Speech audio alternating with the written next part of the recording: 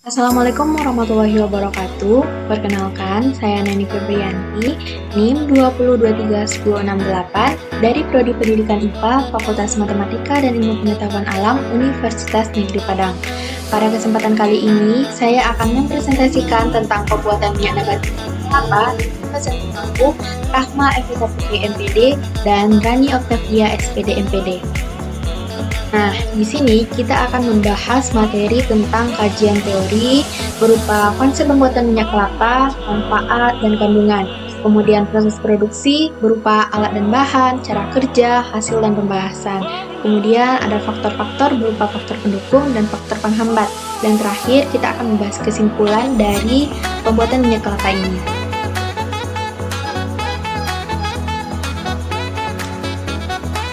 Yang pertama, kita akan mengkaji tentang kajian teorinya. Yang pertama, kelapa. Buah kelapa itu terdiri dari bagian-bagian seperti epikarp atau kulit luar, mesokarp atau kabut, endokarp atau tempurung, testa, kulit daging buah, endosperm, daging buah, dan air kelapa. Kemudian, minyak kelapa itu sendiri. Produk kelapa yang paling berharga adalah minyak kelapa. Minyak kelapa dapat diperoleh dari daging buah kelapa segar atau dari kopra. Proses untuk membuat minyak kelapa dari daging buah segar dikenal dengan nama proses basah atau wet process. Karena pada proses ini ditambahkan air untuk mengekstraksi minyak, sedangkan pembuatan minyak kelapa dengan bahan baku kopra dikenal dengan proses kering atau dry process. Minyak kelapa murni atau bahasa ilmiahnya virgin coconut oil adalah minyak perawan yang berasal dari sari pati kelapa, diproses secara higienis tanpa sentuhan api secara langsung dan bahan kimia tambahan. Dilihat dari warnanya, minyak kelapa murni jauh lebih bening seperti air mineral. Selanjutnya, kandungan minyak kelapa. Yang pertama, minyak kelapa memiliki sekitar 85% mengandung lemak jenuh yang mengandung asam laurat. Kemudian, minyak kelapa murni mengandung sekitar 47% asam laurat, meningkatkan metabolisme, dan juga mengandung sifat antibakteri dan antivirus. Selanjutnya, minyak kelapa murni juga banyak mengandung polifenol, dapat mengurangi kandungan kolesterol dalam darah, sehingga dapat mencegah terjadinya penyumbatan dalam pembuluh darah.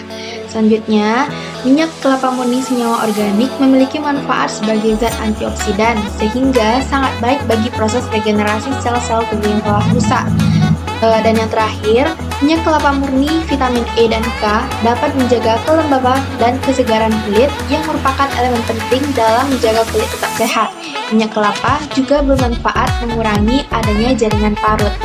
Oke. Manfaat minyak kelapa, di antaranya untuk menggoreng makanan, bermanfaat bagi kesehatan dan kecantikan secara menyeluruh, menjaga kesehatan jantung, memperkuat kekebalan tubuh, mengobati penyakit Alzheimer, membantu program diet, membuat rambut lebih panjang dan berkilau, membuat kulit lebih lembab, menjaga rongga mulut menjadi bersih, merupakan antibakteri, antivirus, anti jamur, dan anti protozoa alamiah, membantu mencegah penyakit osteoporosis, membantu mencegah penyakit diabetes, membantu mencegah penyakit liver, membantu mencegah penyakit kanker, menjaga stamina tubuh, dan menjadi pengganti minyak sayur. Selanjutnya, kita masuk ke proses produksi. A. Alat dan bahannya. Alatnya yaitu baskom, wajan, kompor, saringan, botol, mesin pemaduk kelapa, dan alat pengaduk.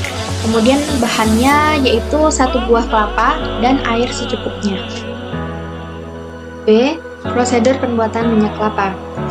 Pertama, kelapa dikupas dengan cara memisahkan antara daging buah dengan kulit sabut dan tempurungnya, lalu airnya dibuang. Kelapa yang sudah dikupas ditempatkan di dalam satu wadah dan siap untuk diparut. Kelapa diparut dan dikumpulkan dalam wadah yang cukup besar agar hasil parutan tidak berhamburan. Kemudian, parutan kelapa dicampur dengan air bersih, lalu diperas dengan air matang. Hasil perasan kelapa berupa santan ditampung di dalam toples plastik. Proses pemerasan kelapa ini dilakukan sebanyak 3 kali. Jadi, ampas hasil perasan pertama dicampur lagi dengan air bersih, lalu diperas dan hasil perasan disaring dan ditampung di dalam toples plastik. Proses pemerasan ini sangat penting dan harus segera dilakukan, karena jika hasil parutan kelapa terlalu lama didiamkan, rasanya akan asam dan tidak bisa menghasilkan VCO. Siapkan penggorengan dengan nyala api yang kecil, lalu tuangkan air santan tersebut.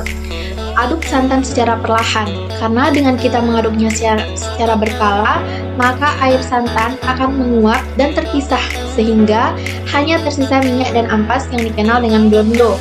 Proses ini berlangsung sekitar 1 jam. Setelah minyak terbentuk, tuangkan ke dalam botol yang telah disiapkan. Maka, minyak kelapa siap digunakan. Berikut adalah cuplikan video proses pembuatan minyak kelapa yang telah saya lakukan.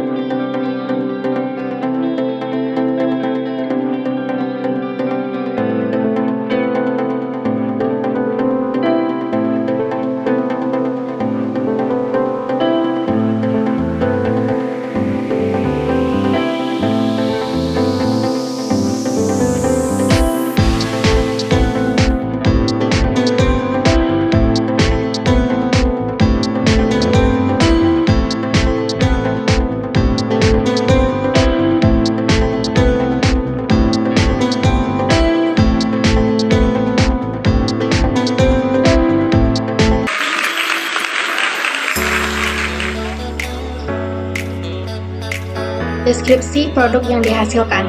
Pembuatan minyak kelapa dilakukan dengan cara tradisional basah atau traditional wet method. Dengan jumlah 1 buah kelapa diekstrak dari daging buahnya menghasilkan santan lalu direbus dan diuapkan airnya di atas api sehingga terbentuk minyak kelapa dan gumpalan protein. Dari percobaan yang telah dilakukan menggunakan 1 buah kelapa yang sudah tua, membutuhkan waktu perebusan santan sekitar 50 menit agar menjadi minyak kelapa terlihat seperti pada gambar di atas. Hasil yang didapat adalah sekitar 100 ml minyak kelapa dengan kadar air dan asam lemak bebas yang rendah, berwarna bening kekuning-kuningan, berbau harum, serta mempunyai daya simpan yang cukup lama, yaitu sekitar lebih dari 12 bulan. Minyak kelapa memiliki sekitar 85% lemak jenuh yang mengandung asam laurat yang tinggi. Kadar air dan asam laurat lemak bebasnya kecil. Asam laurat berfungsi sebagai penunjang pertumbuhan probiotik di dalam saluran pencernaan dan berfungsi melawan bakteri jahat. Selanjutnya kita masuk ke faktor-faktor. Yang pertama, faktor pendukung.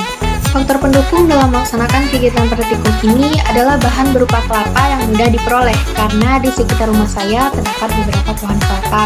Kemudian cara pembuatannya yang tidak terlalu sulit untuk dikerjakan serta alat dan bahan yang dibutuhkan juga sudah tersedia dan biasa digunakan dalam kehidupan sehari-hari. Kemudian faktor penghambat. Faktor penghambat dalam melaksanakan praktikum ini adalah tidak mempunyai alat ukur yang baku untuk menentukan takaran yang pasnya. Kemudian, teknik pembuatan minyak kelapa pada kegiatan praktikum pembuatan minyak kelapa yang telah dilakukan masih tergolong sangat sederhana dan kurang efisien, sehingga hasil minyak kelapa yang diperoleh menjadi tidak maksimal. Terakhir, kita masuk pada kesimpulan dan saran. Yang pertama, kesimpulan. Indonesia merupakan penghasil kelapa terbesar setelah Filipina. Hampir semua wilayah pesisir di Indonesia banyak ditumbuhi oleh pohon kelapa. Buah kelapa terdiri dari sabut, tempurung, daging buah, dan air kelapa. Selain itu, kelapa juga menghasilkan produk olahan yang populer belakangan ini, yaitu virgin coconut oil atau VCO yang bermanfaat bagi kehidupan manusia. Minyak kelapa ini memiliki banyak kandungan dan sangat banyak manfaatnya bagi kehidupan sehari-hari. Pembuatan minyak kelapa pada kegiatan praktikum ini yaitu dengan cara tradisional basah atau tradisional wet method, yaitu dengan menambahkan air terlebih dahulu, membuat santan lalu direbus dan diuapkan airnya di atas api sehingga terbentuk minyak kelapa dengan gumpalan protein. VCO adalah modifikasi proses pembuatan minyak kelapa sehingga dihasilkan produk dengan kadar air dan asam lemak bebas yang rendah, berwarna bening, berbau harum, serta mempunyai daya simpan yang cukup lama, yaitu lebih dari 12 bulan. Namun, perlu diperhatikan juga bahwa kondisi buah kelapa yang digunakan dan teknik pembuatan minyak kelapa yang dipakai sangat menentukan minyak kelapa yang dihasilkan. Kemudian saran, dengan adanya laporan ini, mudah-mudahan dapat memacu pembaca untuk lebih tahu tentang pembuatan minyak kelapa secara tradisional dan manfaatnya bagi kehidupan. Semoga kita semua bisa mengelola dan memanfaatkan bagian dari kelapa, terutama minyak kelapa, sehingga bisa diaplikasikan dalam kehidupan sehari-hari. Nah, sekianlah presentasi video pembuatan minyak nabati dari kelapa. Semoga ilmunya bisa bermanfaat bagi kita semua. Dan terima kasih telah meluangkan waktunya untuk menonton video ini. Sekian dari saya. Assalamualaikum warahmatullahi wabarakatuh.